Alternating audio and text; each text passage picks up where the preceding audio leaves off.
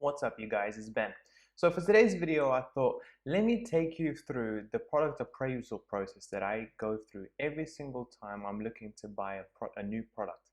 So in the last few videos, we talked about product research and what kind of things we should do to find a potential product that, does show quite a bit of opportunity there.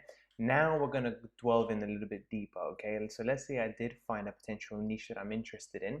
And what I do now is actually do a little bit more research into the actual niche, into the search volume, into the reviews, and everything else that goes around the actual niche to kind of help me decide whether or not this is a niche for me to go in further, start speaking to suppliers, etc., etc.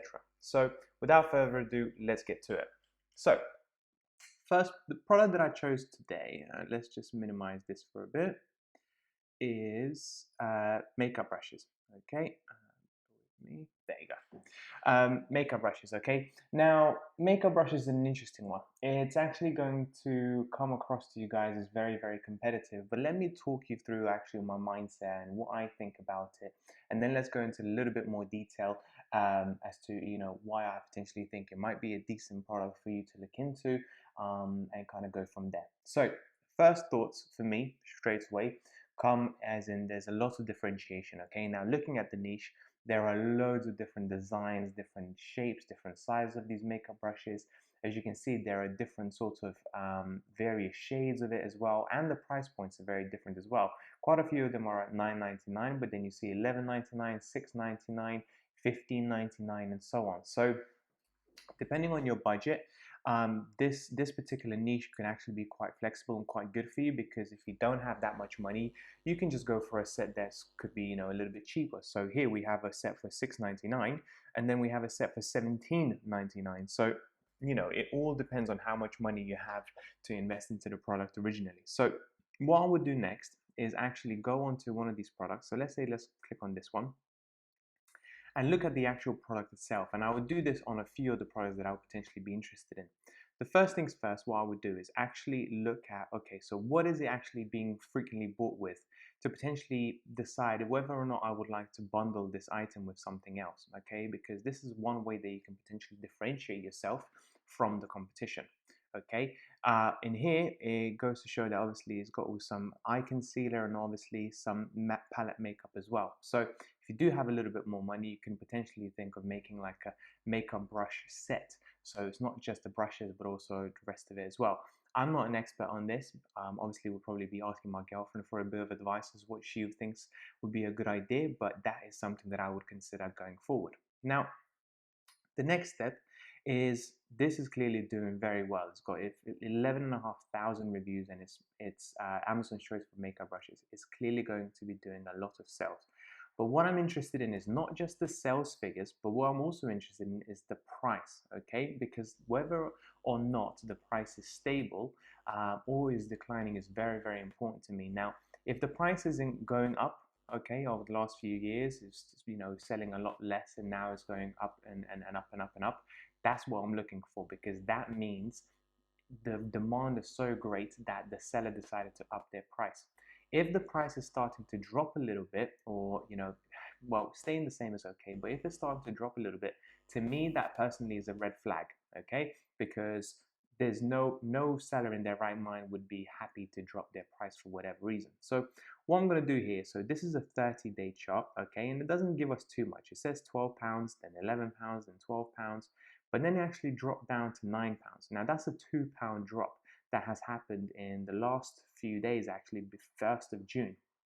Let's see what happened in the last year and what happened with the actual price itself.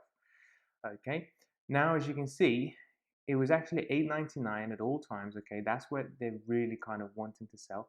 But then because of coronavirus, I would assume they saw an increase in demand and they started to increase their price. It went up to $11.99, $12.99, but then they saw they probably didn't make much sales, so they kept their price at $11.99 and $12.99 for a little while. And now as the demand's starting to drop, and as you can see, their sales rank starts to go up. Basically, if sales rank is going up, that means the demand is dropping. The person has dropped their price, and as a result, the sales rank is going back down again. So what this tells me is that yes, there was an increase in demand for this particular product, but it seems like this increase has actually been short-term and mostly due to the coronavirus. Long before coronavirus, this product has been selling for $8.99 and $9.99. So the right price for you to consider for this particular product is $9.99. Don't think that, oh, this person has been selling it for $11.99 and maybe I could get away with that.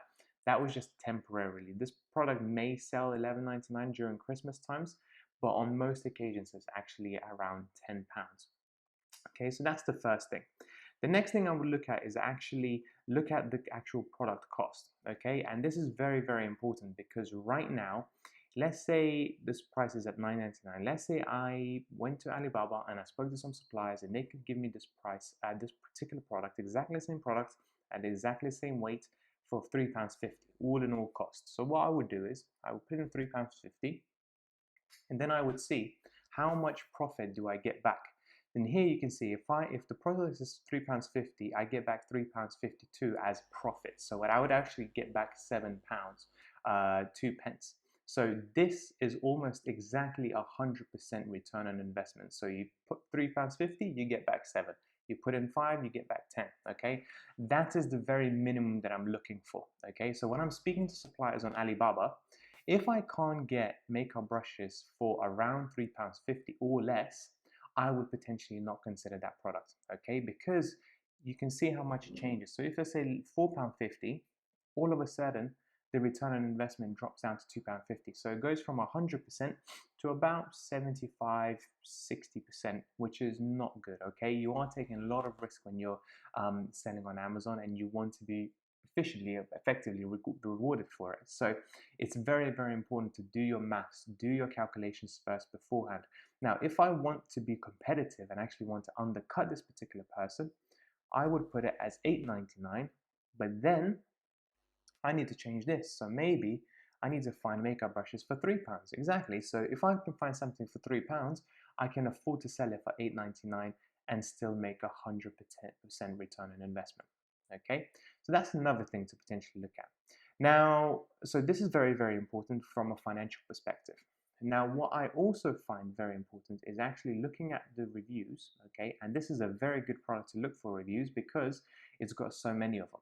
And I want to know as to what people think of this product, but the negative reviews, okay? Because that's where you're going to learn the most from. And as you can see, there are 32 reviews that are negative. However, this person's got 11,000 of them, which is why the overall score, I think, is 4.5 stars or something like that. So as you can see, it says not great quality. The bristles kept falling out. Never used them, not worth the money. I emailed the company and heard nothing back from them. So not only the customer service needs to be good, which obviously you can differentiate on, but also the fact that you know, the quality is not as amazing. Now let's see if they actually responded. Oh, there you go. They responded. Once your product review is highly affected, attacked by competitors. Very, very interesting.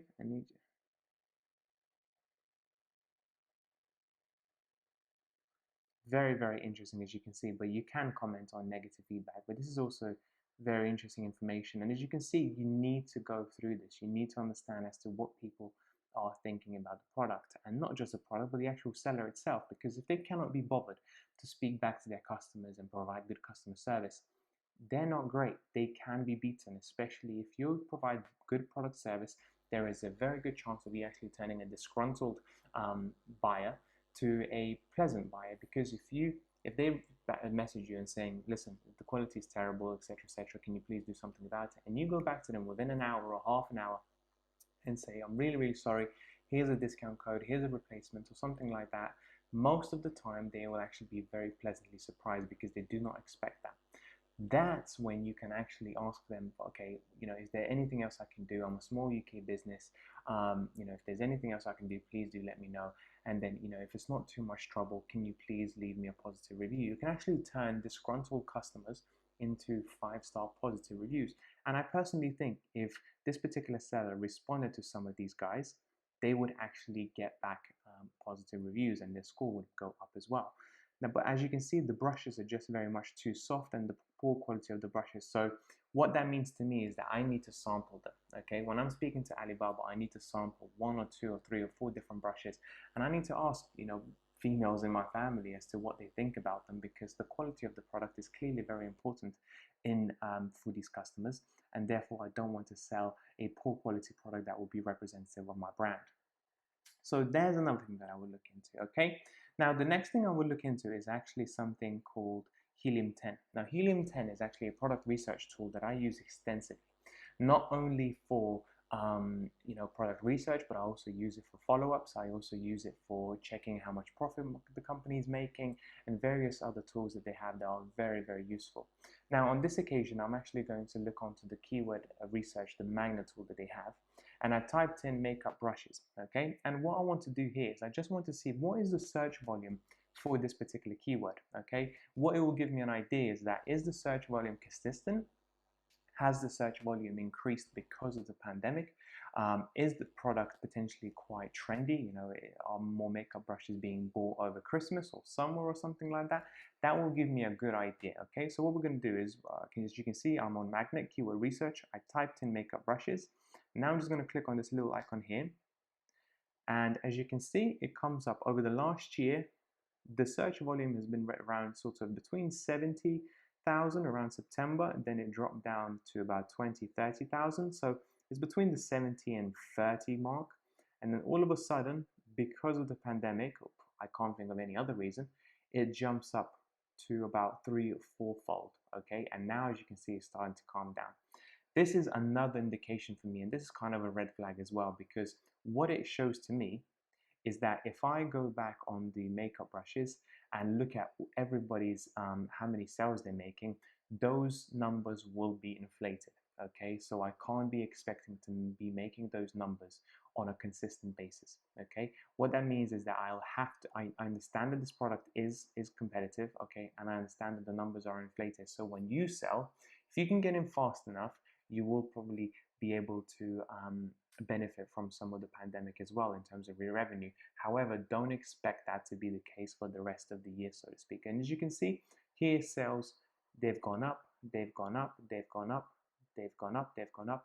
A few of the sellers have actually benefited from the pandemic quite tremendously. So it's definitely something that I would consider as well. And if I do want to sell this product long term, I don't expect, for this to be such a great in-demand niche as it looks at the moment. And then last but not least, I would also look at just the number of reviews, okay? Now, 914 reviews average sounds like a lot. However, if you actually look, majority of the reviews, there's one person that has got 11,500 of reviews, but that is just one product. So that means the average is going to be really, really high just because of that one person alone. What I'm looking for is, are there any sellers that are making a decent amount of money for 50 reviews or less? Maybe sometimes even 100 reviews or less. And in this occasion, I can see, yes, there's one person making some money, there's another person making some money, £2,000 and 11 reviews, £3,000 and 13 reviews, 21 reviews and £10,000. So clearly this person, and I can, if I'm very interested in here, because only 21 reviews and it's £10,000, I can just click on their sales chart and I can see how long they've been listing. Oh, they just started selling just now and they're doing extremely well. So there's not much data for us to go on. This person is very, very new, which is why it explains their review count, which is quite low as well. But it just goes to show, if they have started in May and are now on average making £10,000, why can't you? Okay, you might not end up making £10,000 by the time you release your product. However, I'm pretty sure you can get £4,000 a month, which is still a very, very good revenue figure. Okay, so that's it for today. This is kind of the very basic appraisal that I do. What I would do next is probably look into more about makeup brushes in general, see what the influencers say, see what the various websites and various gurus say about makeup brushes and what to look out for when you are buying one, to make myself an expert in that field. When I'm an expert in that field and I know the kind of price that I'm looking for when it comes to buying a product from Alibaba, I know that I'm looking for makeup brushes that all in all the prices should be around £3 to £4. That's when I can start messaging them, and that's when I can actually message them a little bit more concise message saying, these are the brushes that I want, this is the type of quality that I expect. You come across much more informative. Okay, so I hope you found this useful. If you did, please don't forget to like the video and subscribe, and I'll see you next time. Thank you so much for watching.